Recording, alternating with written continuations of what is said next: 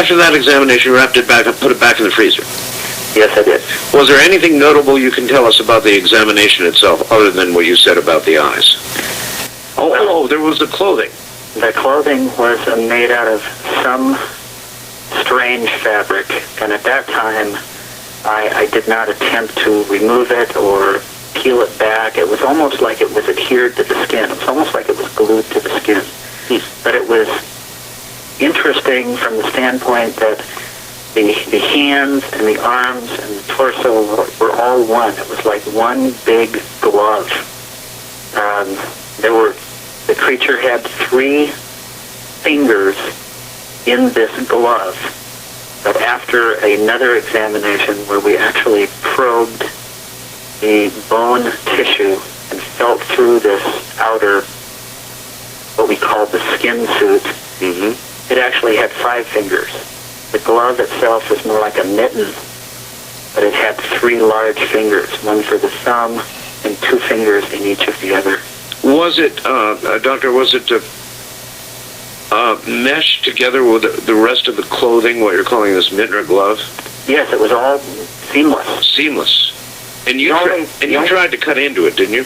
Yes, and in a later examination with Gary, which we videotaped and audio taped, we attempted to cut into the fabric, and I used an X-Acto knife and made an incision in the fabric about 4 to 5 inches, and within a second it started to almost gelatinize and come together. That was a second examination. Yes. Following that examination with Gary? Yes. Where is Gary now? At which point? Second examination? No. Or currently? Currently. Gary is gone. After about the 9th day, and we had encountered all kinds of trouble and problems with being followed and having people go through our house and being run off the road, and numerous events. Gary went in one direction, I went in the other to secure some evidence in another place, and that was the last time I've heard from him. What kind of doctor are you?